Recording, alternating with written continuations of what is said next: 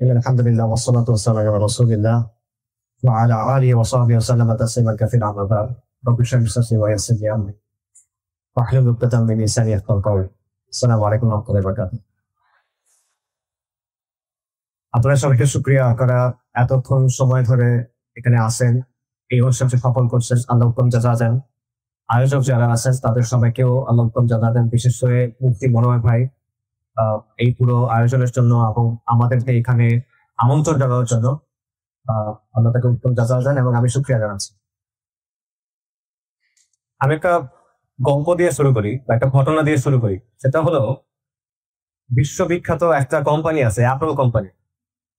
আপনাদের অনেকের মোবাইল আছে আইফোন, এই আইফোন হলো অ্যাপল কোম্পানির। তো অ্যাপল কোম্পানির যে প্রতিষ্ঠাতা ছিল এবং সিইও ছিল তার নাম হলো স্টিভ জবস। এই ভদ্রলোক মারা গেছে 2011 সালে। তার মারা যাওয়ার কয়েক বছর পর, প্রায় 4 বছর পর, একটা বক্তব্য মানে একটা লেখা ফেসবুকে ভাইরাল হয়েছিল। আপনাদের হয়তো মনে নাই, এটা আজকে থেকে 10 বছর আগের কথা। অনেকে হয়তো তখন ফেসবুক চালাইতেন না, আমার মনে আছে। এই লেখাটা ভাইরাল হয়েছিল তখন, এবং লেখাটার শিরোনাম ছিল অনেকটা এরকম যে স্টিভ জবস এর শেষ চিঠি। এবং সেই চিঠির বক্তব্য কি, যে মৃত্যুর আগে তার উপলব্ধি কি জীবন নিয়ে, এটা নিয়ে একটা লম্বা চড়া আলাপ, খুব আবেগিক কথাবার্তা আছে। এবং সেখানের মূল শিরোনাম ছিল the most expensive bed is sick bed. মৃত্যু শয্যা হলো সবচেয়ে দামি শয্যা। এটা মানে কি, মানে দুনিয়াতে টাকা দিয়ে অনেক কিছু কেনা যায়, কারণ স্টিভ জবস অনেক দানের ব্যক্তি ছিল, ক্যান্সারে মারা গেছে। দুনিয়াতে টাকা দিয়ে অনেক কিছু পাওয়া যায়, অনেক কিছু কেনা যায়, অনেক কিছু করা যায়, কিন্তু একজন মানুষ যখন মৃত্যু শয্যায় তখন টাকা দিয়ে কোনো কাজ হয় না। মৃত্যু শয্যায় নিজের যে অবস্থান, এটাতে আরেকজনকে বসানো যায় না, টাকা দিয়ে লাভ হয়। তো এটা হলো আর কি ওই চিঠির বক্তব্য। এবং শেষে একটা মেসেজটা হলো যে জীবনের অর্থ আসলে মানে জীবনের উদ্দেশ্য আসলে টাকা পয়সা কামানো না, ধন সম্পদ কামানো না, আরো গভীর কোনো কিছু একটা ব্যাপার আছে। এখন সেই ব্যাপারটা কি, এটা আমাদের খুঁজে বের করতে হবে। এটা হলো সেই ভাইরাল পোস্টের বক্তব্য। সাথে ছবি ছিল একটা স্টিভ জবস এর আগের ছবি, সুন্দর স্বাস্থ্যবান, পরে হলে যে তার অসুস্থ সময়ের একটা ছবি, মনে করেন গাল ভেঙে গেছে, চোখ ডুবে গেছে, এরকম। এটা একটা ফেক লেখা ছিল, মানে এটা আসলে স্টিভ জবস এর লেখা না। বাট ওই সময় এটা খুব ভাইরাল হয়েছে কারণ এটা স্টিভ জবস এর লেখা। আব্দুল জব্বার যদি এটা লিখতো তাহলে এটা ভাইরাল হইতো না, কিন্তু যেহেতু বিলিয়নিয়ার সেহেতু তার লেখা ভাইরাল হয়েছে। কিন্তু এখানে স্টিভ জবস যে কথাটা বলছে, এই কথাটা আসলে এত লম্বা জিনিস দিয়ে বোঝানোর দরকার নাই। আমি এর চেয়ে সংক্ষেপে আপনাদের বলি। সাইয়েদনা আবু দারদা রাদিয়াল্লাহু আনহু উনি একদিন বলতেছেন, হে দামাস্কাসের অধিবাসীরা, আদ জাফির এমন সেনাবাহিনী ছিল যার শুরু হলো আদনে আর শেষ হলো ওমানে। আজকে তোমাদের মধ্য থেকে কে আমার কাছ থেকে 2 দিরহামের বিনিময়ে আদের ধ্বংসাবশেষ কিনবে? অর্থাৎ আদ জাতি এত সমৃদ্ধ ছিল, এত পাওয়ারফুল ছিল, তাদের এত বড় সেনাবাহিনী ছিল যে সেনাবাহিনীর এক মাথা যদি ইয়েমেনের আদন আদিয়ানে থাকে, তাদের আরেক মাথা হলো ওমানে। মানে অনেক বড় সেনাবাহিনী, অনেক বড় সাম্রাজ্য, কিন্তু সেটা আজকে নাই, ধ্বংস হয়ে গেছে। আজকে এটার মূল্য কত? কোনো মূল্য নাই। কেউ 2 দিরহামের বিনিময়ে এটা কিনতে চায় না। তার মানে কি, দুনিয়ার যে সমৃদ্ধি, দুনিয়ার যে টাকা পয়সা, সমতা, এগুলো অস্থায়ী, এগুলো জীবনের মূল অর্থ না। কিন্তু এই কথাটা সাইয়েদনা আবু দারদা রাদিয়াল্লাহু আনহুর কথা যখন আমরা শুনি, ওটা আমাদের উপর অতটা প্রভাব ফেলে না। আমাদের উপর প্রভাব ফেলে বা সমাজের উপর প্রভাব ফেলে যে স্টিভ জবস এর কথা, যদি ওটা ফেক কথা হয়। তো যে কারণে এটা দিয়ে শুরু করলাম, যেটা আমার মূল আলোচনার জায়গা, সেটা হলো যে আমাদের জীবনের উদ্দেশ্যটা আসলে কি। মানে আমরা জীবনের কি হইলে আপনি নিজেকে বলবেন যে আমার জীবনটা সফল হয়েছে। এই জায়গাতে আমাদের দেশের বা আমাদের সমাজের কিছু দৃষ্টিভঙ্গি আছে। আমরা ধরে নেই, যেমন মনে করেন একটা নির্দিষ্ট পরিমাণের ইনকাম থাকা, উপার্জন থাকা, কিছু নির্দিষ্ট পরিমাণ কিছু ডিগ্রি থাকা, আপনার জীবনযাত্রার মান একটা নির্দিষ্ট ধরনের হওয়া, এগুলোকে আমরা সফলতা ধরি। তবে পশ্চিমা বিশ্বে এগুলো নিয়ে অনেক তত্ত্ব আছে, তারা অনেক তত্ত্ব বা ব্যাখ্যা দেওয়ার চেষ্টা করছে যে জীবনের উদ্দেশ্যটা আসলে কি, এই নিয়ে তারা অনেক দর্শন দেওয়ার চেষ্টা করছে।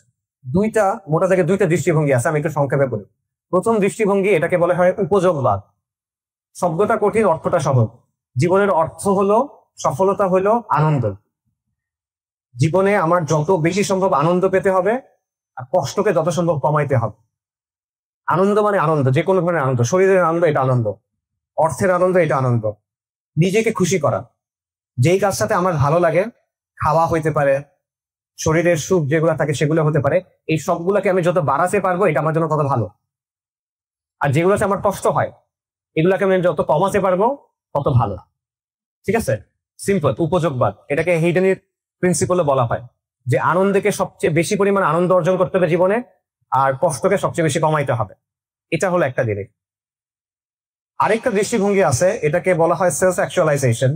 এটার অর্থটা হলো যে ব্যক্তির নিজের ভেতরে খুঁজে তার সত্যিকারের সত্তাকে খুঁজে বের করতে হবে এবং সেটাকে প্রকাশ করতে হবে। তার নিজের যে পোটেনশিয়াল আছে, তার নিজের মধ্যে যে সম্ভাবনা আছে, সেটাকে তার বাস্তবায়ন করতে হবে এবং এভাবে নিজের জীবনটাকে তার নিজের গড়ে নিতে হবে। কথাবার্তাগুলো খুব অস্পষ্ট, বোঝা যায় না আসলে কি, কিন্তু এরকমই। আপনারা কোয়ান্টাম মেথডের নাম জানেন কিনা? কোয়ান্টাম মেথডের বইয়ে দেখবেন এরকম অনেক কথা আছে যে সেলফ অ্যাকচুয়ালাইজেশন কেমনে করতে হয়, যে আপনার নিজের প্রকৃত সত্তাকে খুঁজে বের করতে হবে, আপনার নিজের আসল আপনি যেটা সেটাকে খুঁজে বের করতে হবে এবং সেটাকে প্রকাশ করতে হবে। এটা হলো জীবনের সফলতা। এটা হলো আরেকটা দৃষ্টিভঙ্গি, যে নিজের অথেন্টিক সেলফ এটাকে প্রকাশ করতে হবে। কিন্তু যে দুটো জিনিস বললাম, যে নিজের আনন্দকে সর্বোচ্চ পরিমাণ আনন্দ অর্জন করা অথবা সেলফ অ্যাকচুয়ালাইজেশন, দুটো জিনিস আসলে কোন জায়গায় গিয়ে মিলে দেখে? দুটো জিনিস গিয়ে মেলে ভোগের সাথে, নফসের সাথে। যেমন মনে করেন একটা মানুষ যখন মনে করে যে ঠিক আছে আজকে আমাদের দেশে আমার নিজের সত্যিকারের সত্তা, আমার নিজের পরিচয়কে আমি নিজে তৈরি করব, তো মানুষ কি পরিচয় তৈরি করে? আমাদের সামনে অনেক ধরনের পোশাক, অনেক ব্র্যান্ডের পোশাক, অনেক ধরনের বিনোদন, অনেক ধরনের খেলাধুলা, অনেক ধরনের শখ, অনেক ধরনের ভ্রমণ করা, অনেক ধরনের লাইফস্টাইল প্রেজেন্ট করা হয়। কে প্রেজেন্ট করে? টিভিতে প্রেজেন্ট করা হয়, সিনেমাতে প্রেজেন্ট করা হয়, মিডিয়াতে প্রেজেন্ট করা হয়, এবং আমাকে বলা হয় তুমি এটা করো, এটা করলে তুমি জীবনের মধ্যে একটা অর্থ খুঁজে পাবা। এবং মানুষ সেটা করে। মনে করেন কিছু ছেলে আছে বা অনেক মানুষ আছে যে সে কিছু নির্দিষ্ট ধরনের গান শোনে, এটা তার পরিচয়। সে রক মিউজিক শুনে, তার পরিচয় হলো সে রক মিউজিক শোনে, এটা। কিছু মানুষ আছে তারা অ্যানিমে দেখে, অনেক মানে জাপানিজ কার্টুন দেখে, এইটা তার পরিচয়ের অংশ। কিছু মানুষ আছে সে ওই যে মাদ্রিদিস্তা, মানে সে রিয়াল মাদ্রিদের ফ্যান, সে রিয়াল মাদ্রিদের কোনো খেলা মিস করে না, সে বার্সেলোনার কোনো খেলা মিস করে না, এটা তার পরিচয়ের অংশ। সে কিছু নির্দিষ্ট ব্র্যান্ডের কাপড় পরে, এটা তার পরিচয়ের অংশ, রাইট? কিন্তু দেখেন সে পরিচয়টা বানাচ্ছে কোত্থেকে? কিছু জিনিসপত্র কিনে কিনে। আর এই জিনিসপত্রগুলো যারা আরো আছে, অনেক মানুষ আছে যারা মনে করেন বিভিন্ন সিনেমা বা টিভি সিরিয়ালের ক্যারেক্টার দেখে তার আদলে নিজের চরিত্র গঠন করে, নায়কের মতো করে পোশাক পরে, নায়কের মতো করে কথা বলে, বা ভিলেনের মতো করে নিজের মানে স্টাইলটা সাজায়, কথা বলার, তাকানো স্টাইল, চুলের স্টাইল, এটসেট্রা। এরপর সে মনে করে এটা আমার ইউনিক পরিচয়, এটা আমার অনন্য পরিচয়। অথচ এই জিনিস কিন্তু বানানো হচ্ছে কার জন্য? কোটি কোটি মানুষের জন্য। একটা সিনেমা যখন বানানো হয় কতজন মানুষের জন্য বানানো হয়? শত কোটি মানুষের জন্য। একটা পোশাক যখন বানানো হয় শত শত কোটি মানুষের জন্য এটা বানানো হয়। অর্থাৎ এটা ম্যাস প্রডিউস, বিভিন্ন অসংখ্য মানুষের জন্য তৈরি করা, এবং অসংখ্য মানুষ এই প্রত্যেকটা জিনিস ফলো করতেছে এবং করে মনে করতেছে যে আমি সবার চেয়ে আলাদা। ঠিক আছে না? ওই একই জিনিস লক্ষ লক্ষ মানুষ দেখে, সেটা সে করে, তারপর করে মনে করে যে হ্যাঁ আমি কিন্তু সবার চেয়ে আলাদা। আমরা দেখবেন যে বাংলাদেশে অনেক মানুষ আছে যে কেউ আমাকে বোঝে না, আমার কষ্টটা কেউ বোঝে না, আমার কষ্টটা সবার চেয়ে আলাদা। না, সবার কষ্টটা সেম, আসলে খুব বেশি আলাদা কিছু না, কিন্তু সে মনে করে সে সবার চেয়ে আলাদা। তো এই জিনিসটা কি হলো যে আপনি আসলে ভোগের মধ্যে ঢুকে গেছেন, পণ্যর মধ্যে। কিছু জিনিস দিয়ে আপনি চেষ্টা করছেন নিজের একটা পরিচয় বানাতে, কিছু জিনিস দিয়ে আপনি চেষ্টা করছেন নিজের জীবনের একটা অর্থ তৈরি করতে। এবং এটা মানুষ কি করে যে সে গ্যাজেট কিনে, নতুন ব্র্যান্ডের মোবাইল ফোন কিনতে হবে, আমার জুতো একরকমের হইতে হবে, আমার পিসিতে একরকমের হতে হবে, আমার ল্যাপটপ একরকমের হতে হবে, ইত্যাদি ইত্যাদি কিনতে হয়। নানা জিনিসপত্র কিনে সে চেষ্টা করে তার জীবনের একটা অর্থ তৈরি করার, এবং সাময়িক সময়ের জন্য এটা থেকে আনন্দও দেয়। তার কাছে মনে হয় হ্যাঁ আমি মনে হয় কিছু অর্জন করছি, কিন্তু এটা একটা চক্রের মতো। কারণ আপনি যে মোবাইল ফোনটা আজকে কিনছেন, 2 বছর পর এটা তো পুরোনো ব্র্যান্ড, তখন এটা আপনার আবার কিনতে হবে, তা না হলে আপনার পরিচয় পুরোনো হয়ে যাচ্ছে, রাইট? তো এই জিনিসটা তখন আপনার আবার করতেছে। তো আপনি একটা চক্রের মধ্যে পড়ে গেছেন, এই চক্রে লাভ কার হচ্ছে? যে ব্যবসা করে তার। আপনার আসলে তেমন কোনো লাভ নাই। আর যেটা বললাম যে যার উদ্দেশ্যই হলো নিজের সুখকে বাড়ানো, জীবনের উদ্দেশ্য হলো সুখ বাড়ানো, সে তো সুখের জন্য এটাই করবে, ভোগ করবে, তাই না? আর ভোগ তো আলটিমেটলি জিনিসপত্র দিয়েই হয়, দুনিয়া দিয়ে ভোগ হয়, আর কিছু দিয়ে তো হয় না। তো এরপরে কি হয় যে মানুষ আবার সোশ্যাল মিডিয়া তোর দেখায় যে দেখো আমার জীবনটা কত ভালো, চেক ইন দেয়। সে মনে করে কোথাও ঘুরতে গেছে, সেই জায়গায় গিয়ে সে বলে যে আমি এই জায়গায় ঘুরতে আসছি, আমরা ওখানে খেতে গেছি, আমরা এই কাপড় কিনছি, ইত্যাদি। আপনি দেখবেন যে আমাদের সমাজে তো এখন আত্মহত্যা অনেক বেড়ে গেছে, বিশেষ করে তরুণদের মধ্যে বা 50 বছরের কম বয়সে যারা, তাদের মধ্যে আত্মহত্যা বেড়ে গেছে। আমি এরকম অনেক দেখছি যারা আত্মহত্যা করছে, তাদের ফেসবুক টাইমলাইনে গেলাম, ওটা দেখে মনে হবে সে দুনিয়ার সবচেয়ে সুখী মানুষ। হাস্যোজ্জ্বল ছবি, সে ওখানে গেছে, এই জিনিস কিনছে, অমুক জিনিস করছে, প্রচন্ড সুখী মানুষ, কিন্তু সে আত্মহত্যা করছে কেন? আসলে সে সুখী না, সে একটা মিথ্যা ছবি মানুষকে দেখাচ্ছে, ওইটা করেও সে মনে করছে এটা তার পরিচয়ের অংশ। তার জীবনটাকে সে এই জায়গায় নিয়ে আসছে, তার জীবনটা একটা মিথ্যা হয়ে গেছে। অনেক মানুষ আছে ওই যে নতুন রিলেশনশিপ হয়েছে, গার্লফ্রেন্ড বয়ফ্রেন্ড বা বিয়ে করছে, এবং তারা এটা দিচ্ছে, দেখে মনে হবে যে মানে লাইলি মজনু, রোমিও জুলিয়েট, দুনিয়ার সব ভালোবাসা তাদের দুজনের মধ্যে, মানে পুরো মানব ইতিহাসের সব ভালোবাসা এই দুজনের মধ্যে, দেখে মনে হবে।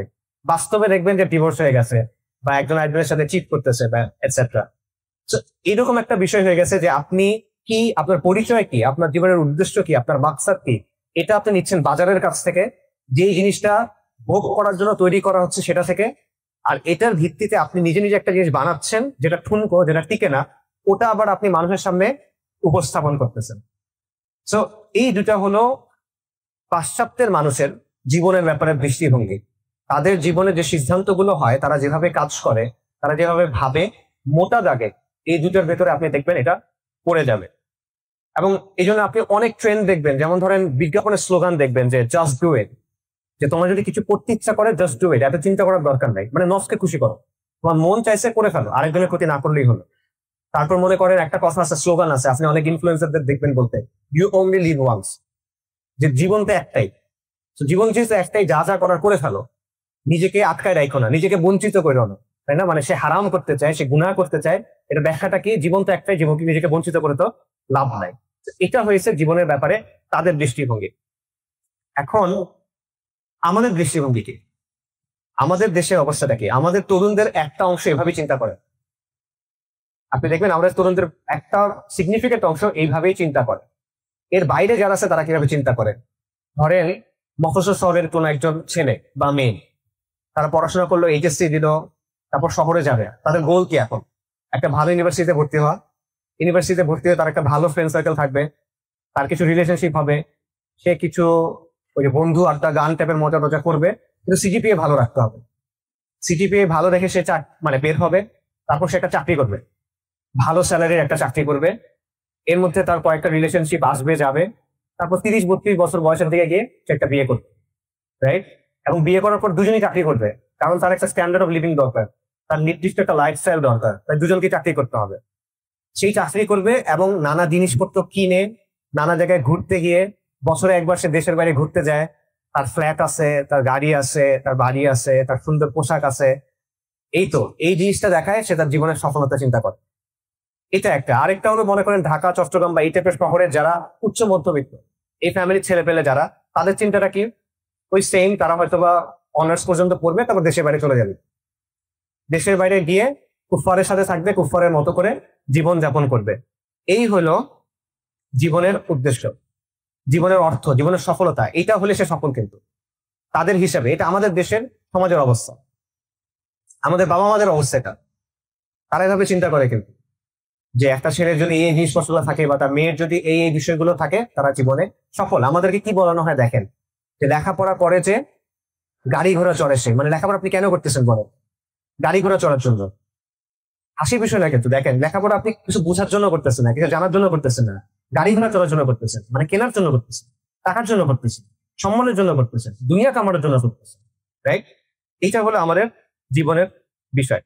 আরেকটা অংশ আছে যারা মনে করে এগুলা কিছুই করে না, সে কি করে? সে হলো হয় ওই কাছে আসার গল্পের মধ্যে থাকে, প্রেম করতেছে, ছাগা খাইতেছে, নেশা করতেছে, অথবা মনে করেন সিনেমার লাইনে ঢুকছে, অথবা গান বাজনা করতেছে, এইসবের মধ্যে। সে ওই লাইনে ঢুকে নাই, কিন্তু সে ওই যে নিজেকে খুশি করা, নিজের নাফসকে খুশি করা, ভোগের যে লাইন, সেটা থেকে বের হচ্ছে না। মোটা দাগে এই অবস্থার মধ্যে কিন্তু আমরা আছি, এবং এভাবেই আমাদেরকে বড় করা হচ্ছে। যখন কেউ আপনাকে জিজ্ঞেস করে যে বাবা তুমি কি করো, এটা মানে কি বলেন? এটা মানে তুমি কত কামাই করো।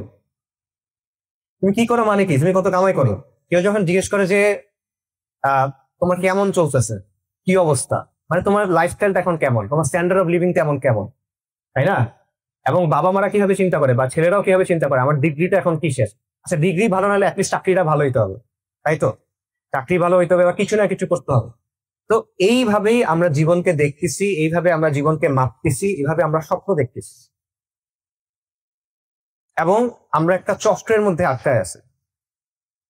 আমরা মনে করতেছি যে আমরা অনেক মানে স্বাধীনতা ভোগ করতেছি, আমরা মনে করতেছি আমরা অনেক খুশিতে আছি, কিন্তু এই জীবনটার কোনো অ্যাকচুয়াল কোনো অর্থ আসলে নাই। কারণ আপনি যেমন ধরেন একটা মানুষ 5 লাখ টাকা ইনকাম করে ধরেন, কিন্তু আপনি দেখবেন মাসের 20-25 তারিখ হইতে হইতে তার হয়তো বা 4,90,000 টাকা সেট বা আরো বেশি সেট, মানে তার কিন্তু তৃপ্তি নাই, সন্তুষ্টি নাই, তার ছোটাটা বন্ধ হচ্ছে না। কিন্তু সে সকাল 8টা থেকে মনে করেন রাত 10টা পর্যন্ত খাটতেছে, তার হাতে সময় নাই, এবং প্রতিদিন সে একই কাজ করে যাচ্ছে। সে ঘুমায়, সে খায়, সে বাথরুমে দেয়, সে সন্তান জন্ম দেয়, এবং সে এই যে গরুর মতো কাজ করতে থাকে। এবং সে যখন মারা যাবে এই কাজের ফলাফল কি বলেন? কিচ্ছু না, এটা কোনো ফলাফল নাই। তার উপার্জনের বাইরে এটা লিটারালি আর কোনো সিগনিফিকেন্স নাই। একটা চক্রের মধ্যে আমরা পড়ে আছি। আপনারা একটা ছবি দেখছেন বা ভিডিও দেখছেন অনেক সময়, যে একটা চাকা আছে, চাকার মধ্যে একটা ইঁদুর দৌড়াচ্ছে বা গিনিপিগ দৌড়াচ্ছে। সে কন্টিনিউয়াস দৌড়ায়, কিন্তু সে জায়গা কিন্তু পরিবর্তন হয় না, সে আগাতে পারে না, সে পিছাইতেও পারে না, সে ওই একই জায়গায় দৌড়াচ্ছে। এটা হলো আধুনিক মানুষের অবস্থা, এটা আমাদের সমাজের মানুষের অবস্থা, এটা পশ্চিমা স্বভাবের মানুষের অবস্থা। আপনি একটা চক্রের মধ্যে পড়ে আছেন, যে চক্র আপনাকে কোনো জায়গায় নিয়ে যাবে না ওই জায়গাটা ছাড়া। এবং আমাদের ছোটা যেটা, এটা আসলে বন্ধ হয় না। তো এইটা হলো জীবনের সবচেয়ে বড় লস আমার কাছে মনে হয়। কেন মনে হয়? আল্লাহ সুবহানাহু ওয়া তাআলা কোরআনে বলছেন, ওয়াল আসর ইন্নাল ইনসানা লাফি খুসর। আল্লাহ কালের শপথ করে বলতেছেন মানুষ ক্ষতিগ্রস্ত, মানুষ ক্ষতির মধ্যে আছে। মানুষ কেন ক্ষতির মধ্যে আছে? কারণ যে সময়টা তাকে দেয়া হয়েছে এই সময়টা সীমিত। এটা একটাই চান্স, এই সময়টাকে কাজে লাগায় তার নিজেকে আখিরাতে বাঁচাইতে হবে। কিন্তু এই সময়টা বেশিরভাগ মানুষই ভুলে থাকে, বেশিরভাগ মানুষ এই সময়টাকে কাজে লাগায় না। বেশিরভাগ মানুষ এই সময়টা কি জন্য খরচ করে? ওই যে নিজের ভোগ বাড়ানোর জন্য, একটা জিনিস কেনার জন্য, স্ট্যান্ডার্ড অফ লিভিং মেনটেন করার জন্য। কিন্তু এটা দিয়ে তো সে তো ওই নাজারটা পাবে না যেটা তার দরকার। তাহলে সে কিসের মধ্যে আছে? ক্ষতির মধ্যে আছে। উলামায়ে কেরাম মুফাসসিররা এটা ব্যাখ্যা করার সময় বলছেন যে আল্লাহ সুবহানাহু ওয়া তাআলা সূরা আসরের আলোচনায় তারা বলছেন যে, মনে করেন ব্যাপারটা হলো প্রতিটা দিন হলো একটা ঈদ, যেটা আপনি দুনিয়া থেকে নিয়ে আখিরাতে রাখতেছেন, এবং ওই দিনটা আপনি কিভাবে খরচ করতেছেন সেটার উপর নির্ভর করবে আখিরাতে আপনার বাড়িটা কেমন হবে, কোথায় হবে। আপনার বাড়ি কি জান্নাতে হবে না জাহান্নামে হবে? এটা ওই দিনটা আপনি কিভাবে খরচ করতেছেন তার উপর নির্ভর করে। আপনার সময়টা আপনি কিভাবে খরচ করতেছেন তার উপরে নির্ভর করে। এবং আপনার বাড়ি যদি জান্নাতে হয়, ওটা কেমন বাড়ি হবে? কুড়ে ঘর হবে, এবড়ো খেবড়ো হবে, নাকি আলিশান প্রাসাদ হবে? এটা নির্ভর করতেছে ওই সময়টা আপনি কিভাবে কাজে লাগাচ্ছেন তার উপরে। আরেকটা মিসাল দেন, সেটা হলো যে এখন তো মক্কাতে সব এসি টেসি করে দিছে, অনেক ঠান্ডা পানি সেটায়। আগে এগুলো যখন ছিল না তখন মক্কায় বরফ বিক্রি করতো হাজিদের জন্য। একটা মানে টানা গাড়ির মধ্যে বরফের বড় বড় চাক থাকতো, চাই থাকতো, পানি বিক্রি করতো হাজিদের কাছে বরফ ভেঙে দিয়ে।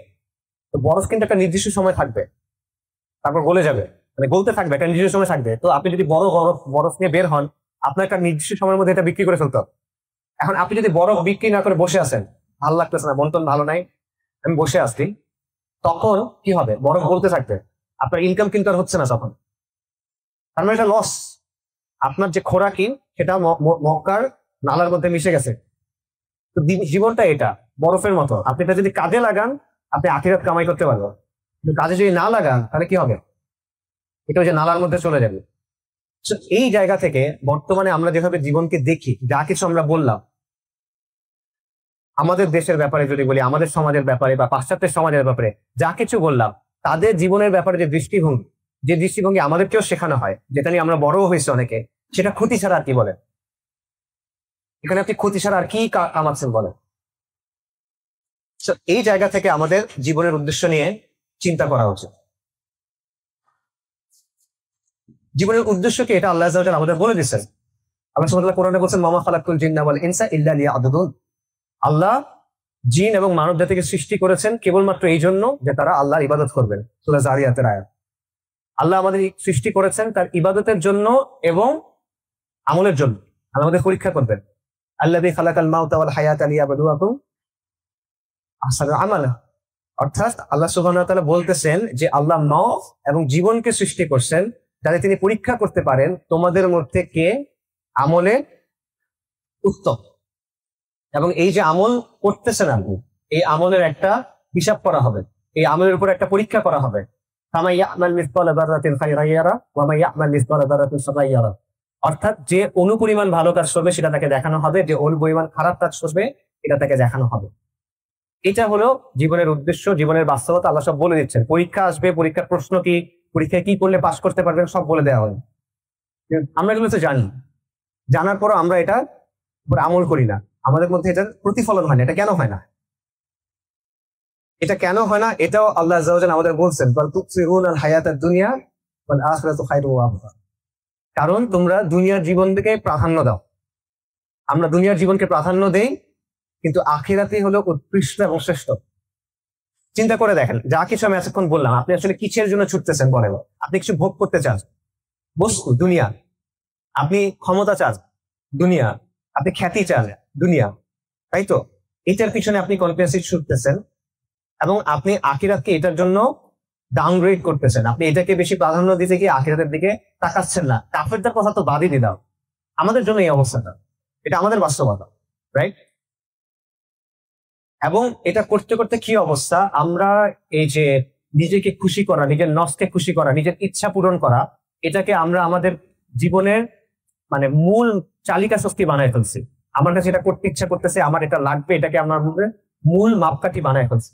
এবং আল্লাহ আযজা ওয়া জাল্লা বলছেন, আফারাইতা মান ইত্তাখাযা ইলাহু হাওয়া, তুমি কি তাকে দেখো নাই যে তার হাওয়াকে, তার খেয়াল খুশিকে তার ইলাহ হিসেবে গ্রহণ করছে? আধুনিক মানুষের অবস্থা এটাই, সে তার খেয়াল খুশিকে ইলাহ হিসেবে গ্রহণ করছে। তো আল্লাহ আযজা ওয়া জাল্লা বলতেছেন, যে এটা করে তার অবস্থা গবাদি পশুর চেয়েও খারাপ।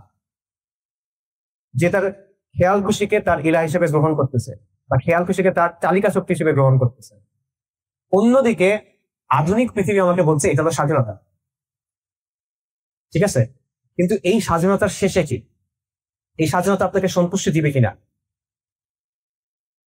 নবী সাল্লাল্লাহু আলাইহি ওয়াসাল্লাম একটা হাদিস আছে বুখারী শরীফে, হাদিসের বক্তব্যটা এরকম যে বনি আদমকে যদি দুটা উপত্যকা ভর্তি ধন সম্পদ দেওয়া হয়, সে তৃতীয় একটা চাইবে। বনি আদমের পেট কবরের মাটি ছাড়া আর কোনো কিছু দিয়ে পূর্ণ হবে। অর্থাৎ দুটো উপত্যকা মানে বুঝছেন তো, বিশাল ভ্যালি, মানে এখানে মানে মানে অগণিত সম্পদ, দুটা ভ্যালি, এরকম দুটা উপত্যকা ভর্তি সম্পদ যথেষ্ট না, আমার আরো লাগবে। কারণ মানুষের মধ্যে একটা শূন্যতা আছে যেটা পূরণ হয় না, পূরণ হয় না, পূরণ হয় না। কখন পূরণ হয়? কবরের হাজত পূরণ হয়। এইটার ভিতরে আমরা ঢুকে আছে, কিন্তু আমরা এটার মধ্যে সন্তুষ্টি খুঁজতেছি এবং আমরা এমন একটা সময়ে আছি, এমন একটা সভ্যতায় আছি যারা এটার মধ্যে জীবনের অর্থ খুঁজে পাচ্ছে। তারা বলছে জীবনের অর্থই এটা, আরো খোঁজা, আরো নিজেকে সন্তুষ্ট করা, আরো নিজেরকে তৃপ্তি দেওয়া। এটাকে আপনি প্রশান্তি পাবেন না। আপনি ছুটতে থাকবেন, ছুটতে থাকবেন, ছুটতে থাকবেন, আপনি আপনার আখিরাতকে ধ্বংস করে দিবেন। আপনি দুনিয়াতেও ওই রকম হবে যে কুকুর যখন কন্টিনিউয়াস দৌড়াইতে থাকে না, তখন কুকুর তারপরে কি অবস্থা বলেন? হাঁপায় থাকে। তার অবস্থা সবসময় সে হাঁপাইতেই থাকতেছে। রেস্ট নেওয়ার সময় যে আল্লাহ সুবহানাহু ওয়া তাআলা কোরআনে বলছেন আপনারা, কুকুরের মিসাল আছে একটা। আমরা মানে যারা দুনিয়ার কিছু আমরা ছুটতে থাকি, আমাদের অবস্থা আলটিমেটলি কিন্তু এটাই। আপনি তাড়াহুড়ার মধ্যেই আছেন, আপনি পেরেশানির মধ্যেই আছেন, আপনি চিন্তার মধ্যেই আছেন, আপনার মধ্যে সুকুন নাই। এটা কখন আসে? এটাও আল্লাহ সুবহানাহু ওয়া তাআলা আমাদের কোরআনে বলছেন, আলা বিযিকরিল্লাহি তাতমাইন্নুল কুলুব, যে কলবের শান্তি কখন আসে? আল্লাহর স্মরণে, একমাত্র আল্লাহর স্মরণেই এই প্রশান্তি আসবে, আর কোনো জায়গায় এই প্রশান্তি আসবে না। তো এই বাস্তবতাটা বোঝা ভাই, এটা হলো বুদ্ধি, এটা হলো প্রজ্ঞা, এটা হলো জ্ঞান।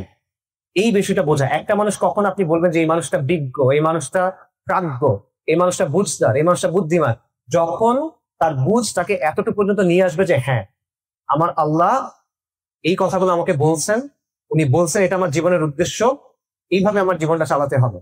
এটা যে বোঝে এবং যেটা পালন করার চেষ্টা করে, পুরোপুরি তো পারবে না, কারণ মানুষের ছুটে যায়। ইনসানের ক্ষেত্রে এটাই নিয়ম, মানুষ ছুটে যায়, সে সবসময় পারে না, ভুল করে, সে মাফ চাইবে, ইস্তিগফার করবে। কিন্তু এটা বোঝা, এই জায়গায় নিজেকে নিয়ে আসা, এটা হলো বুদ্ধিমত্তা, এটা হলো প্রজ্ঞা, এটা যা কিছু বলেন। আগুনের সামনে আগুনে হাত দিলে হাত পুড়ে যায়, এটা বুঝে নিজের হাতকে আগুন থেকে রক্ষা করা, এটা হলো আকল ভাই। আগুনের মধ্যে ঝাঁপ দেওয়াকে আপনি স্বাধীনতা বলতে পারেন, কিন্তু আগুনের পুরা থেকে নিজেকে রক্ষা করাটা হলো বুদ্ধিমত্তা। এইটা হলো জীবনের উদ্দেশ্য, যেটা আল্লাহ আমাদের বলছেন। কিন্তু আল্লাহ আমাদের শুধুমাত্র জীবনের উদ্দেশ্য বলেন নাই, উনি আমাদেরকে আরো দুটা জিনিস বলছেন। প্রথম জিনিসটা হলো, আল্লাহ আমাদেরকে আমাদের সম্মান এবং মর্যাদার ব্যাপারে বলছেন, এবং আল্লাহ আযজা ওয়া জাল আমাদেরকে আমাদের দায়িত্বের ব্যাপারে বলছেন। আল্লাহ সুবহানাহু ওয়া তাআলা বলছেন ওয়াসাখখারা লাকুম মা ফিস সামাওয়াতি ওয়া মা ফিল আরদি জামিআন মিনহু, যে আমি আসমানে এবং জমিনে যা আছে সেটা তোমাদের জন্য অধীনস্থ করে দিছি, মানুষের অধীনস্থ করে দেওয়া হয়েছে। এটা অনেক বড় সম্মান। এই সৃষ্টি জগৎ আপনি বুঝতেও পারেন না, আমরা এই সৃষ্টি জগতের কুল পাই না এখন, এটা কত বড়, কিন্তু আল্লাহ বলতেছেন অধীনস্থ করা হয়েছে। নবী সাল্লাল্লাহু আলাইহি ওয়াসাল্লাম একটা হাদিস আছে মুসলিম শরীফে, যেখানে রাসূলুল্লাহ সাল্লাল্লাহু আলাইহি ওয়াসাল্লাম বলতেছেন যে দুনিয়া হলো একটা চাকচিক্যময় মিষ্টি ফলের মতো আকর্ষণীয়, এবং আল্লাহ এখানে তোমাদেরকে প্রতিনিধি নিযুক্ত করছেন, এবং আল্লাহ দেখতেছেন যে তোমরা কি করো, আল্লাহ দেখছেন তোমরা কি করো, তারপর তিনি আমাদের কিছু বিষয়ে সতর্ক করছেন। এই বিষয়টা কি একটা সম্মানের বিষয় না? আল্লাহ আপনাকে অনেক বড় সম্মান দিচ্ছেন, আল্লাহ আপনাকে প্রতিনিধির সম্মান দিচ্ছেন, আল্লাহ আপনার অধীনস্থ করে দিচ্ছেন এমন কিছু বিষয়কে যেগুলোর মাত্রা, যেগুলোর ব্যাপ্তি, যেগুলোর বিশালত্ব আমরা এখন বুঝতে পারি না। মহাবিশ্ব কত বড় আমরা বুঝি না, কিন্তু আল্লাহ বলতেছেন আসমান এবং জমিনে যা আছে আমি তোমাদের অধীনস্থ করে দিচ্ছি। তো এইটা আল্লাহ দিচ্ছেন, এই সম্মানটা দিচ্ছেন, তার সে দায়িত্ব দিচ্ছেন, সেই দায়িত্বটা কি? আল্লাহ সুবহানাহু ওয়া তাআলা কোরআনে এটাও বলছেন, সূরা আহজাবে আল্লাহ বলছেন যে আমি এই আমানত আসমান সমূহ, জমিন এবং পর্বতের কাছে পেশ করেছিলাম, অতঃপর তারা অস্বীকার করলো এবং তারা ভীত হলো, কিন্তু মানুষ এটা গ্রহণ করলো। এই আমানা কি? মুফাসসিরগণ, তাবেঈগণ, সাহাবায়ে কেরাম এবং অন্যান্য ইমামগণ, মুফাসসিরগণের বেশিরভাগের মত হলো এখানে আল্লাহ যে বলছেন যে আমি আমানা পেশ করলাম, যেটা পর্বত নেয় নাই, আকাশ নেয় নাই, জমিন নেয় নাই, ভয় পাইছে, মানুষ গ্রহণ করছে, সেই আমানতটা কি? মুফাসসিররা বলছেন আমানতটা হলো শরিয়া, আমানতটা হলো আল্লাহ সুবহানাহু ওয়া তাআলার যে বিধি নিষেধের সমষ্টি, এই সবকিছু মিলে এটা হলো সেই আমানত। আল্লাহ সুবহানাহু ওয়া তাআলা এবং রাসূলুল্লাহ সাল্লাল্লাহু আলাইহি ওয়াসাল্লামের যে আনুগত্য, এই দায়িত্বটা নেওয়া, এটা হলো সেই আমানা। এবং এই আমানা এত ভারী যে আসমান এটা গ্রহণ করতে রাজি না, জমিন এটা গ্রহণ করতে রাজি না, পাহাড় পর্বত এটা গ্রহণ করতে রাজি না, কিন্তু বনি আদমকে এটা গ্রহণ করা হয়েছে, বনি আদম এটা গ্রহণ করছে, বা আদম এটা গ্রহণ করছে আলাইহিস সালাম। তো এই আমানতের কারণে আপনার সম্মান এবং মর্যাদা, মানে এগুলা সব লিঙ্ক, আপনার জীবনের উদ্দেশ্য, আপনার সম্মান এবং মর্যাদা এবং আপনার দায়িত্ব, এই সবগুলা একটা একটার সাথে লিঙ্ক। এটা আমাদের চিন্তা করা দরকার, এবং আমাদের নিজেদেরকে এখন যে প্রশ্ন করা দরকার, যেটা আসলে আপনাদের কাছে আমার মূল কথা বা আপনাদের প্রতি আমার জিজ্ঞাসা বা প্রশ্ন, সেটা হলো এই যে আল্লাহ আপনাকে একটা অবস্থান দিলেন, এই যে আল্লাহ আপনাকে জীবনের ব্যাপারে বুঝতে দিলেন, আপনার জীবনের উদ্দেশ্য এটা, আল্লাহ আপনাকে একটা সম্মানের অবস্থান দিলেন, আল্লাহ আপনাকে একটা দায়িত্ব দিলেন, আমরা ওই দায়িত্ব পালন করতেছি? এই প্রশ্নটা চিন্তা করা, এটা হলো আমাদের চিন্তা করা খুব বেশি জরুরি। আমরা অনেক খুশি থাকি, অনেক সন্তুষ্ট থাকি যে হ্যাঁ আমরা তো প্র্যাকটিসিং, আমরা একটা দিন পালন করছি, আল্লাহ আযজা ওয়া জাল আমাদের উপর দয়া করে, তার রাহমা এটা, তার নিয়ামত এটা, যে আমাদের দিনের কিছু বুঝ দিচ্ছেন। হ্যাঁ আমি হয়তো বা দাড়ি রাখছি, আমি টুপি পরি, আমি সুন্নতি পোশাক পরার চেষ্টা করি, আমি সাদাকা করি কিছু, আমি সালাত আদায় করি, নিয়মিত সালাত আদায় করি, হারাম থেকে দূরে থাকি, হালাল পালন করার চেষ্টা করি, আমি খুব ভালো মুসলিম। এটা দায়িত্ব পালন করা না, এগুলো দিনের মানে অপরিহার্য অংশ, অবশ্যই এটা দিনের গুরুত্বপূর্ণ অংশ, কিন্তু এখানে আপনি দিনের দায়িত্ব কি পালন করতেছেন মনে, এটা তো আপনি আপনার নিজের জন্য করতেছেন, এটা তো আপনার আখিরাতের জন্য, তাই না? আপনি নিজেকে রক্ষা করার জন্য করতেছেন, শাস্তি থেকে বাঁচার জন্য করতেছেন, নেকির জন্য করতেছেন। আপনার দায়িত্বটা আপনি কোথায় পালন করতেছেন পুরোপুরি?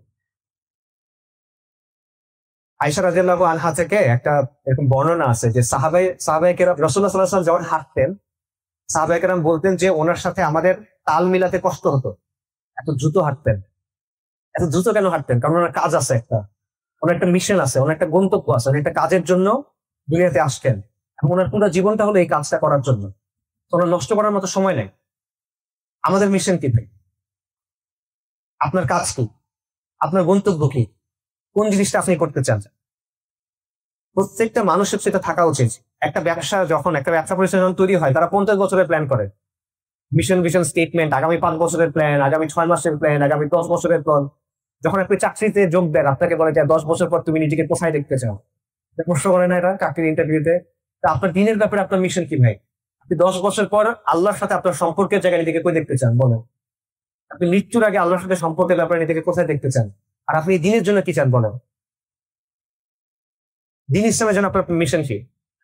এবং এটা তো আপনি যেটা চান, আপনার তামান্না আছে, আমি এটা অস্বীকার করি না, আমাদের সবার তামান্না আছে, আপনারা সবাই দিনের জন্য সবচেয়ে ভালো জিনিস চান, আপনারা দিনের বিজয় চান, আমি সবই জানি এগুলো, আমি এটাকে দ্বিমত করি না, আমি সন্দেহ করি না, কিন্তু এটার জন্য কিছু তো করতে হবে ভাই। তামান্না হলে তো হয় না, তামান্নার জন্য কাজ করতে হয় নাকি? মনে করেন একটা মানুষ, আমি নামাজ পড়তে চাই, সে নামাজ পড়ে না, তার তো চেষ্টা করতে হবে, সে ফজরের নামাজ মিস করে, ওকে তার একটা কিছু না কিছু স্টেপস নিতে হবে, হয়তো সে অ্যালার্ম ঘড়ি কিনবে, হয়তো সে দুজন লোককে ভাড়া করবে, ভাই আমার ফোন দিয়ে বাড়াতে ঘুমাতে না উঠি, কিছু না কিছু তো সে করতে হবে। এটাই তো মিশনের অর্থ, যে আমি কাজটা শুধু চাই না, আমি এটা বাস্তবায়ন করবো, এটা বাস্তবায়ন করার জন্য যা যা করা লাগবে আমি এটা করবো, সেটা করি। আপনার মিশন আগে আছে কিনা সেটা বলে। তামান্নার মিশন একটা, একটু অল্প বলি। আহ, একবার কাবা শরীফের সামনে কয়েকজন তরুণ বা কিশোর বসে আছে, বিখ্যাত ব্যক্তি এনারা। কে কে? একজন হলো মুসাব ইবনে জুবায়ের, একজন হলো উরওয়া ইবনে জুবায়ের, জুবায়ের ইবনে আওয়াম রাদিয়াল্লাহু আনহুমের আম্মুর ছেলে, দুইজন, আব্দুল মালিক ইবনে মারওয়ান এবং আব্দুল ইবনে উমা। তারা বাইতুলের সামনে বসে আছেন। তখন একজন তাদের থেকে বলতেছে যে আমরা বাইতুলের সামনে আসি, আমরা দোয়া করি, আসেন আমরা সবাই দোয়া করি, নিজের জন্য আমরা চাই যে আমরা কি চাই, আমরা একটা দোয়া করি, আল্লাহ হয়তো কবুল করবেন। তখন মুসা ইবনে জুবায়ের বলতেছেন, তিনি দুজন নারীর নাম বলছেন, যে অমুকের কন্যা এবং অমুকের কন্যা, আমি তাদের বিয়ে করতে চাই এবং আমি চাই আমি ইরাকের গভর্নর হব। সবাই বললো আমি। উরওয়া ইবনে জুবায়ের উনি বলতেছেন, আমি চাই আমি মুহাদ্দিস হব, আমি রাসূলুল্লাহ সাল্লাল্লাহু আলাইহি ওয়াসাল্লামের হাদিস শিখবো এবং এটা শেখাবো। সবাই বললো আমি। আব্দুল মালিক ইবনে মারওয়ান তিনি বললেন যে আমি খলিফা হইতে চাই। সবাই বললো আমি। আব্দুল ইবনে উমর রাদিয়াল্লাহু আনহু উনি বললেন যে আমি জান্নাত চাই। সবাই বললো আমি। এবং আলহামদুলিল্লাহ তারা সবাই কিন্তু এটা, তারা যেটা চাইছেন ওই দোয়া কবুল হয়েছে। কিন্তু এখানে একটা কথা আছে, তারা দোয়া করছেন, দোয়া কবুল হয়েছে, মাঝে কি ছিল ভাই? মাঝে তারা এটার জন্য কাজ করছেন নাকি কাজ করেন নাই? খালি তামান্না ছিল নাকি তারা নিজেরাই তার চাওয়াটাকে বাস্তবায়ন করার জন্য কাজ করছেন? বাস্তবায়ন করার জন্য কাজ করছেন। তো এই বিষয়টা আমাদের বোঝা দরকার যে আমরা ওই কাজগুলা করতেছি কিনা। আমাদের নিজেদের আসলে অনেক বেশি ইমপ্রুভমেন্ট দরকার, অনেক বেশি ইমপ্রুভমেন্ট দরকার। দেখেন, আমরা বলতেছি যে আমরা দিন পালন করার চেষ্টা করতেছি, আমরা দিন পালন করার, দিনী কমিউনিটি বা তাওহীদ বাণী বা প্র্যাকটিসিং মুসলিম এসব বলতেছেন না। আল্লাহ সুবহানাহু ওয়া তাআলা বলেছেন, কুনতুম খায়রা উম্মাতিন উখরিজাত লিন-নাস, তোমরা হলো শ্রেষ্ঠ উম্মাহ যাদেরকে মানব জাতির কল্যাণের জন্য বের করা হয়েছে। এখন আপনি দেখেন, আপনাকে যখন একজন মানুষ দেখে, আপনার আচরণ, আপনার কথা, আপনার কাজ, এটা কি বাকি মানুষদের চেয়ে আলাদা? আপনার মুআমালাত, আপনার লেনদেন, আপনার আদব আখলাক, এটা কি বাকি মানুষের চেয়ে আলাদা কিনা? এটা দেখে কি মানুষের মধ্যে মনে হয় কিনা যে না আসলে এর কাছে আলাদা কিছু একটা আছে, এটা আমার লাগবে, এর কাছে কি আছে, এরকম কেন, এত ভালো লাগছে কেন আমাকে, আমার জিনিসটা লাগবে, এটা আছে কিনা, কি এটা আমাদের মধ্যে আছে কিনা ভাই? নাকি আমরা স্রোতের সাথে চলতেছি? বাকি 10টা মানুষ যেমন আমিও তেমন, খালি আমার টুপি আছে, আমার পাখি আছে, লম্বা দাড়ি আছে, এটাই। কিন্তু আমার মুআমালাত, আমার আদব, আমার আখলাক, আমার কাজ, আমার দিনের অবস্থা, আল্লাহর সাথে আমার সম্পর্ক, প্রতিটা জায়গায় আমার কোনো বিশেষত্ব নেই। ব্যাপারটা এরকম কিনা? সাহাবায়ে কেরাম, কারণ বেস্ট এক্সাম্পল সাহাবায়ে কেরাম, আম্বিয়া কেরামের পরে আলাইহিস সালাম, সাহাবায়ে কেরাম যেখানে গেছে তাদের উপস্থিতিতে একটা দাওয়াত ছিল। একজন সাহাবী তিনি সিরিয়াতে চলে গেছেন, হামসে বা হিমসে এই শহরে, ওখানে উনি ব্যবসা করতেছেন, দোকান ওনার দোকানে এক ক্রেতা আসছে, খ্রিস্টান ক্রেতা, সে এসে গম কিনতে চাচ্ছে, বলছে গম আছে, আমি গম কিনবো। সাহাবী বলতেছেন, আমার সামনে একটা দোকান আছে, এই দোকানের মালিকও খ্রিস্টান, সকাল থেকে তার কোনো বিক্রি হচ্ছে না, আমি দেখলাম, আমার আজকে যা বিক্রি হয়েছে এটা দিয়ে আমার পরিবারে চলে যাবে, তুমি ওই দোকানে গিয়ে কিনি।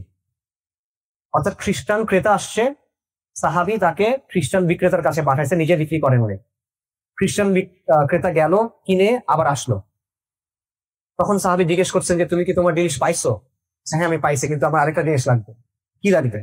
বলে তোমার এই ইমানটা আমার লাগবে, তোমার এই দিনটা আমার লাগবে, আমি তোমার এই দিন গ্রহণ করতে চাইছি। সাহাবী বলছেন যে তুমি একটু অপেক্ষা করো, একটু আস্তে আস্তে যাও, কারণ এটা দিনের প্রশ্ন, ইমানের প্রশ্ন, রাশ করতে হয় না, তাড়াহুড়া করে কইরো না, একটু সময় নাও।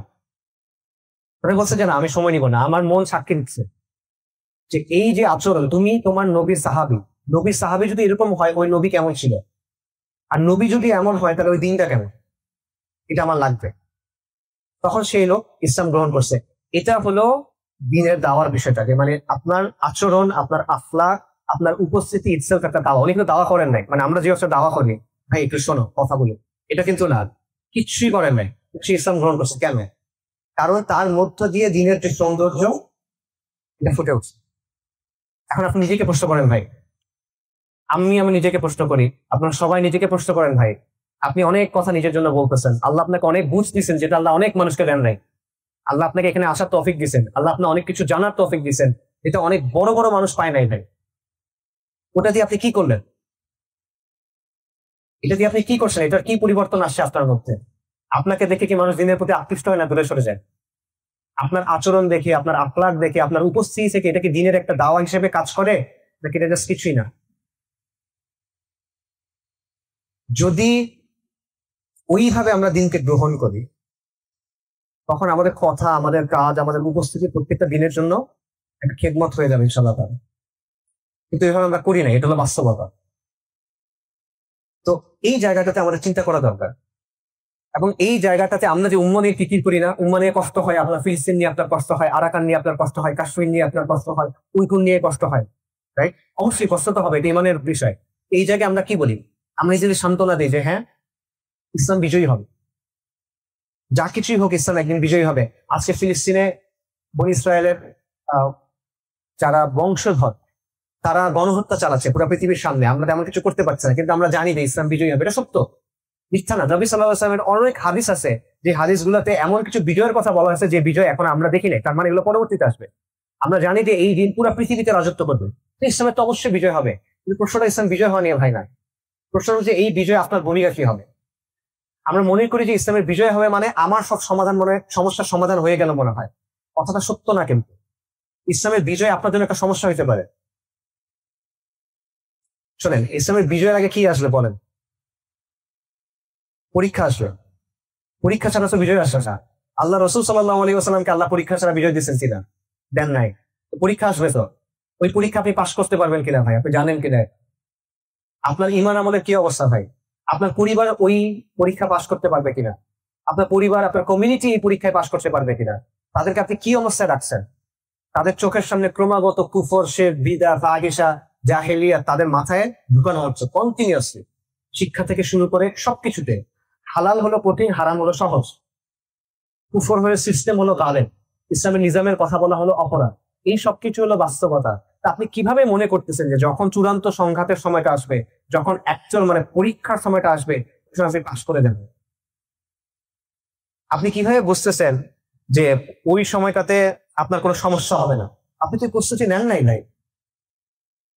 ইসলামের বিজয় হয়ে যাবে এটা সত্য, কিন্তু আপনার প্রশ্ন করতে হবে যে বিজয়ের আগে যে পরীক্ষাটা হবে, ওই সময় আমার অবস্থানটা কোথায় হবে? আমি কি হকের দলে থাকবো না আমি বাতিলের দলে থাকবো? আমি কি সবরকারীদের সাথে থাকবো না আমি গাদ্দারদের সাথে থাকবো? আমি কি ভূমিদের সাথে থাকবো না আমি মুনাফিকদের সাথে থাকবো? আপনি অটোমেটিক এটা ভেবে নিয়েন না ভাই যে যখন পরীক্ষা আসছে আপনার হৃদয়ে একটা ইমানের প্লাবন তৈরি হবে, অটোমেটিক তৈরি হয়ে যাবে। সারা জীবন কোনো কিছুর মধ্যে নাই, আল মাহাদি আসলে আপনি জিহাদ ফি সাবিলিল্লাহ করবেন, এটা বাস্তবতা না হয়।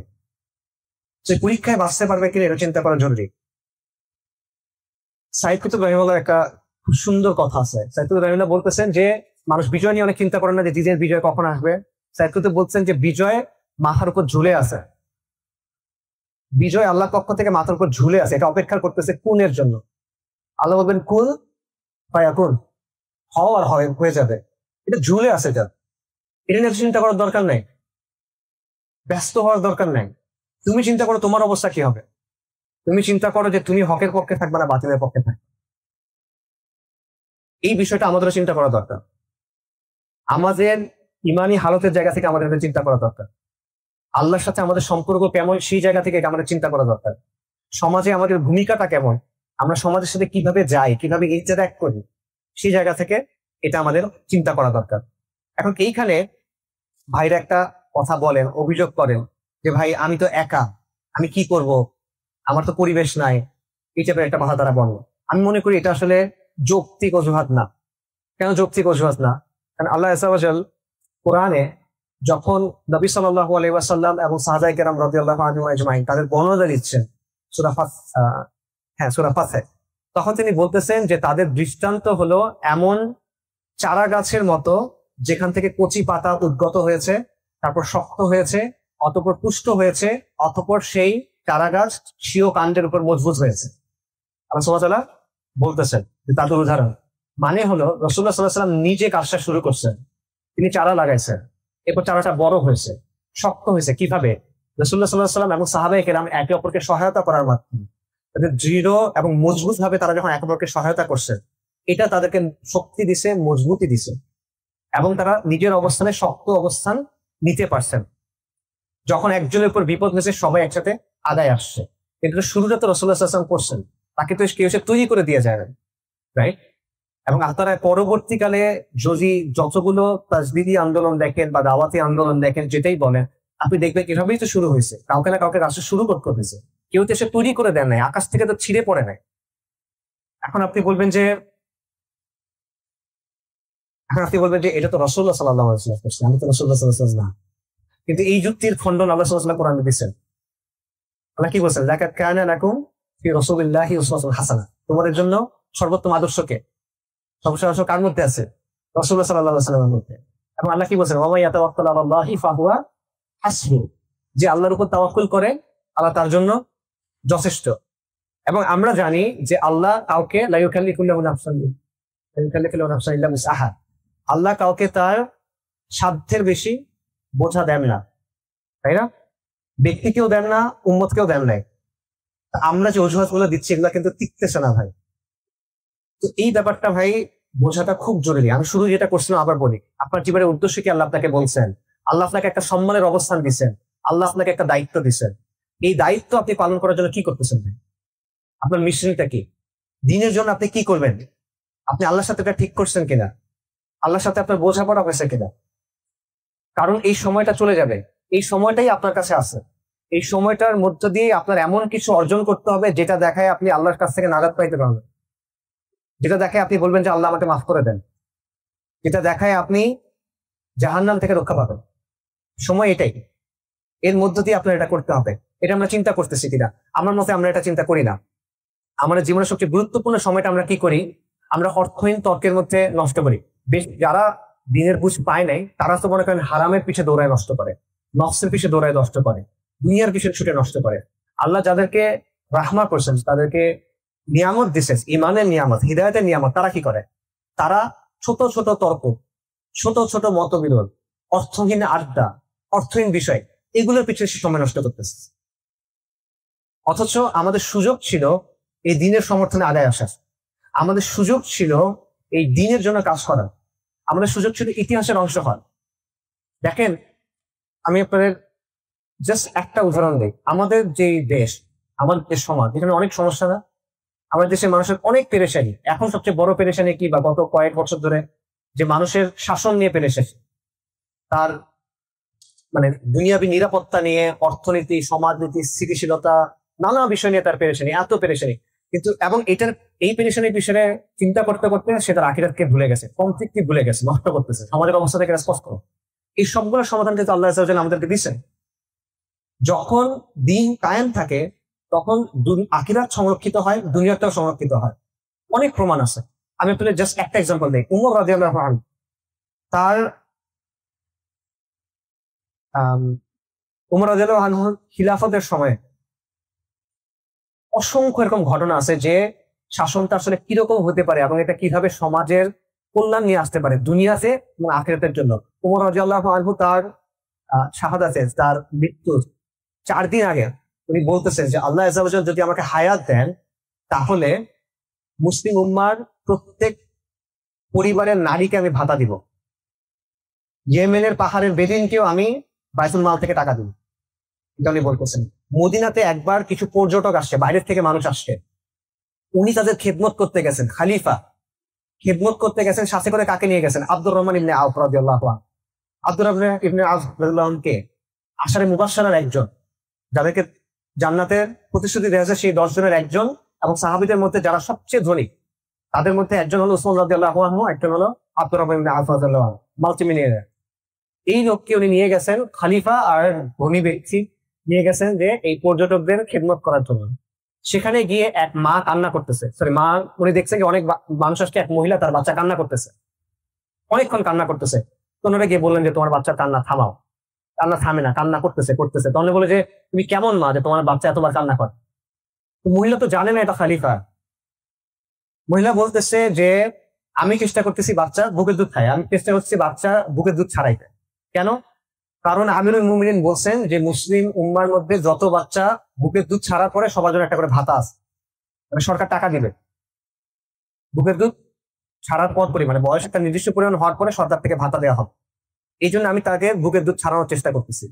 তখন ওমর রাদিয়াল্লাহু আনহু জিজ্ঞেস করছেন যে তার বয়স কত, বাচ্চার বয়স কত? দেখলেন বাচ্চার বয়স অনেক কম। আমি বলছি না, তুমি দুধ ছাড়াও না। এভাবে পরে চলে আসছেন। আব্দুর রহমান ইবনে আওফ রাদিয়াল্লাহু আনহু বলতেছেন যে ফজরের নামাজে ওমর রাদিয়াল্লাহু আনহু ইমামতি করছেন। আল্লাহর কসম উনি কি তিলাওয়াত করছেন আমি বুঝি নাই, এত কান্না করতেছেন। উনি বলতেছেন যে ওমর তুমি ধ্বংস হও, তোমার এই নিয়মের জন্য কত বাচ্চা বঞ্চিত হইল। এবং তারপর উনি বললেন যে প্রত্যেক বাচ্চার জন্য ভাতা, আর দুধ ছাড়া টাড়ার দরকার নাই, প্রত্যেক বাচ্চার জন্য ভাতা। এটা হলো ইসলামী শাসনের একটা নমুনা। ইসলামী শাসনের সময় শিশুদের জন্য ভাতা ছিল, অন্ধদের জন্য ভাতা ছিল, কর্মহীন মানুষ তাদের জন্য ভাতা ছিল। এমন হয়েছে যে কিছু খ্রিস্টান লোক তাদের পুষ্ট হয়েছে, ওমর রাদিয়াল্লাহু আনহু ওনার সময় তাদের জন্য ভাতার ব্যবস্থা করছেন, চিকিৎসার ব্যবস্থা করছেন। যাদের চিকিৎসা হয়েছে তাদের তো চিকিৎসা হইলো, যাদের চিকিৎসা হয় নাই তাদের জন্য মৃত্যু পর্যন্ত তারা সেবা করছেন। বিখ্যাত ঘটনা আছে, আপনারা জানেন, এক ইহুদি বৃদ্ধ হয়ে গেছে, তার ব্যাপারে বলতেছেন যে এই লোকের এই অবস্থা কেন, সে এতদিন আমাদেরকে জিজিয়া দিছে, এখন আমরা তার দেখাশোনা করবো না, তার জন্য ভাতার ব্যবস্থা করছেন। এটা হলো জাস্ট একটা স্মল এক্সাম্পল, একটা ছোট এক্সাম্পল যে দিন ইসলামটা কিভাবে আমাদের দুনিয়াটাকে রক্ষা করে, আখিরাতটাকে রক্ষা করে।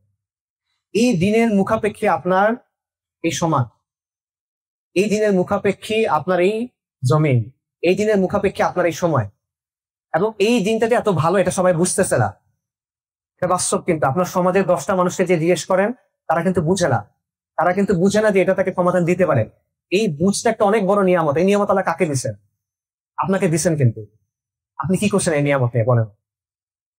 এই যে আপনি নিয়ামত পাচ্ছেন, এটার হকটা আপনি কিভাবে আদায় করবেন বলেন? এইটা যদি আল্লাহ যদি আপনাকে জিজ্ঞেস করে তুমি কি করলো আমার দিনের জন্য, বলো, আপনি আল্লাহ কি জবাব দিবেন একটু চিন্তা করেন।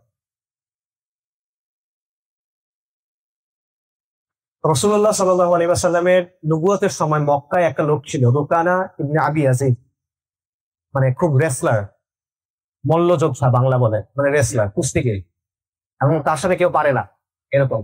তো রাসূলুল্লাহ সাল্লাল্লাহু আলাইহি ওয়াসাল্লাম তার কাছে গিয়ে দাওয়াত দিয়েছেন, রুকানা তুমি ইসলাম গ্রহণ করো। তো এই লোক ধান্দা বাজাবে সে ইসলাম গ্রহণ করবে না। সে বলছে যে আচ্ছা ঠিক আছে, আমার সাথে কুস্তি করো, আমাকে হারাতে পারলে আমি ইসলাম গ্রহণ করবো, কারণ তাকে কেউ হারাইতে পারে না।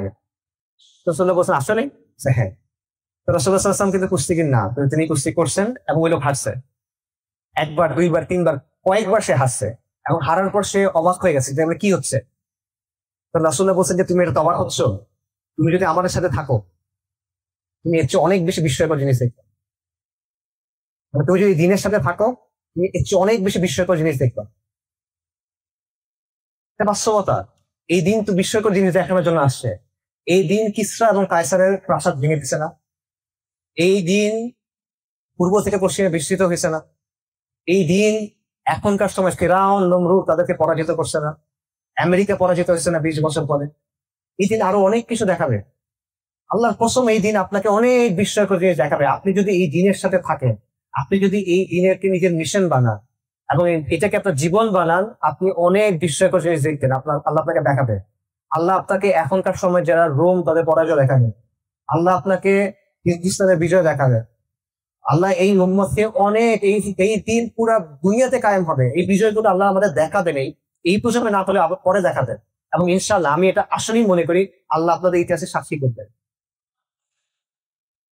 কিন্তু আগে তাকবীর দেওয়া যায়, আগে তাকবীর দেয় না। আবার প্রশ্ন শেষটা নেই, এটা আনন্দের কথা, খুব ভালো, এটা দিন বিজয়ী হবে। পরের কথায় আসেন, আপনি কি করবেন বলেন? আপনি কি করতেছেন বলেন? আপনার যে উম্মা এটা ডুবে যাচ্ছে, তাই না? আপনার উম্মা ডুবে যাচ্ছে। আপনার এইখান থেকে বের হন। এখানে আলহামদুলিল্লাহ আমরা দিনের খুব সুন্দর কথা বলছি। এখান থেকে বের হয়ে তরুণদের কাছে যান, তাদের কি অবস্থা বলেন, তারা কিসের মধ্যে ডুবে আছে। তাকে যে ডুবন্ত অবস্থা থেকে আপনি বের করে আনবেন, এটা কে করবে? আপনি না করলে কে করবে বলেন? আল্লাহ এই বুঝতে আপনাকে কেন দিলেন? আপনি নষ্ট করতেছেন কেন? এই জিনিস তো মানে আখিরাতে মানুষ হাত কামড়াবে না এগুলোর জন্য। এই জিনিস আল্লাহ তাকে দিয়ে দিচ্ছে। মানুষ বলবে যে আমি আবার ফেরত চাই, আমাকে সুযোগ দেন আল্লাহ, ফেরত চাই, তাই না? এটা আল্লাহ আপনাকে দিচ্ছেন, আপনি এটা নষ্ট করতেছেন। যে যারা জাহান্নামের দিকে যাচ্ছে তাদেরকে আপনার ঘোড়ায় আলোর দিকে আনার দরকার ছিল, এই কাজ আপনি করতেছেন কিনা? উম্মত ডুবে যাচ্ছে, তাকে আপনি ফেরত আনতেছেন কিনা? এই কাজ আপনি করতেছেন না তো। স্রোতের টানে আপনার সমাজের মানুষকে আপনি তাওহীদের কথা বলতেছেন কিনা? আপনার ঈমান আমলের অবস্থা এরকম হয়েছে কিনা যাতে আপনার উপস্থিতি, আপনার আচরণ, আপনার আখলাক, আপনার মুআমালাতে প্রত্যেকটা জিনিস দেওয়া হয়? আপনি কি নিজেকে ঈমান আমলের ওই জায়গাতে নেওয়ার চেষ্টা করতেছেন কিনা? আপনি কি আল্লাহ আযজা ওয়া জাল্লার সাথে কথা বলতেছেন কিনা? আল্লাহ আযজা ওয়া জাল্লার সাথে নিজের বোঝাপড়াটা করতেছেন কিনা? আপনি কি আল্লাহর কাছে ওয়াদাটা করতেছেন কিনা? আল্লাহর কাছে ভিক্ষা চাচ্ছেন কিনা আল্লাহ যেন আপনাকে দিয়ে কাজগুলা করান? আপনি এইটা করতেছেন কিনা যে স্রোতের বিপরীতে চলাচল ভাই যথেষ্ট না, আপনি স্রোত তো বদলাবেন, আপনি স্রোত ঘুরাই দিবেন। সেইটার জন্য আমরা কি করতেছি? জিনিসটা আমরা করতেছি না। কুনতুম খায়রা উম্মাতিন উখরিজাত লিন-নাস, এটার যোগ্য হওয়ার জন্য কি কাজটা আমরা করলাম? এটা যোগ্য হওয়ার জন্য কাজটা আমরা করি নাই। আপনার কি সময় হয় না ভাই এগুলা পাওয়ার? আর কত? আপনি কালকে মরে যাবেন না, আপনি জানেন, এটা নিশ্চিত জানেন। আপনি যে কালকে মারা যাবেন না, আপনি নিশ্চিত যাবেন। আমাকে একজন ভাই জিজ্ঞেস করতেছিল যে অনেক মানুষ তাদের ইমানের অবস্থা পরিবর্তন হয়ে যায়, তাদের ফিকিরের অবস্থা পরিবর্তন হয়ে যায়, তারা সরল পথে থাকার পর তারা সেখান থেকে সরে যায়। আপনি নিশ্চিত জানেন আপনি এটার উপর থাকবেন? আপনি যদি কালকে নিজেকে কবরের মধ্যে আবিষ্কার করেন, আপনি কি জবাব দিবেন? আপনি আখিরাত থেকে আল্লাহ জানেন কি জবাব দিবেন? আল্লাহ সুবহানাহু ওয়া তাআলা কোরআনে বলছেন যে সূরা বাকারাতে যে মুমিনদের মধ্যে কিছু মানুষ আছে তারা নিজেকে আল্লাহর সন্তুষ্টির জন্য বিক্রি করে দেয়। আপনি ওটা হইতে চান না কেন? আমরা এটা হওয়ার চেষ্টা করি না কেন? আল্লাহ সুবহানাহু ওয়া তাআলা বলেন ইয়া আইয়ুহাল্লাযীনা আমানু কুনু আনসারাল্লাহ, যারা ঈমান আনছে, আল্লাহ বলছেন তোমরা যারা ঈমান এনেছো তোমরা আল্লাহর সাহায্যকারী হও। আমরা কেন আল্লাহর সাহায্যকারী হচ্ছি না? এই প্রশ্নটা আমাদের সবার করা উচিত। আপনি নিজেকে প্রশ্ন করেন এখন এবং পরবর্তীতে গিয়ে। আমি এখন আপনাকে জিজ্ঞেস করতে পারি আপনারা সবাই আছেন আমার সাথে, আমি এটা আপনাদেরকে এখন বলতে পারি, হ্যাঁ ভাই কালকে থেকে আপনারা হবেন তো আনসার বা হবেন কিনা, ঠিক আছে আপনি বলবেন। তো এইখানে বলাটা সুন্দরও লাগবে, অনেক ক্যামেরায় ভালো আসবে, কিন্তু এই প্রশ্নটা আপনার নিজের করা দরকার। এখন এটা একবার আল্লাহর সাথে ওয়াদা করলে এই ওয়াদা আপনার সারা জীবনের জন্য। এবং আমি আপনাদের বলতেছি যদি এই দিনের মিশনটা আপনি নেন এবং এটাকে আপনার জীবন বানান, আল্লাহ রাসূল সাল্লাল্লাহু আলাইহি ওয়াসাল্লাম রুকানাকে বলছিল যে তুমি যদি এই দিনের সাথে থাকো তুমি অনেক বিস্ময়কর জিনিস দেখবা। আমি আপনাদের বলতেছি, আমি কথা দিচ্ছি ইনশাআল্লাহ আপনারা অনেক বিস্ময়কর জিনিস দেখবেন যদি এই দিনের মিশন আপনারা গ্রহণ করেন।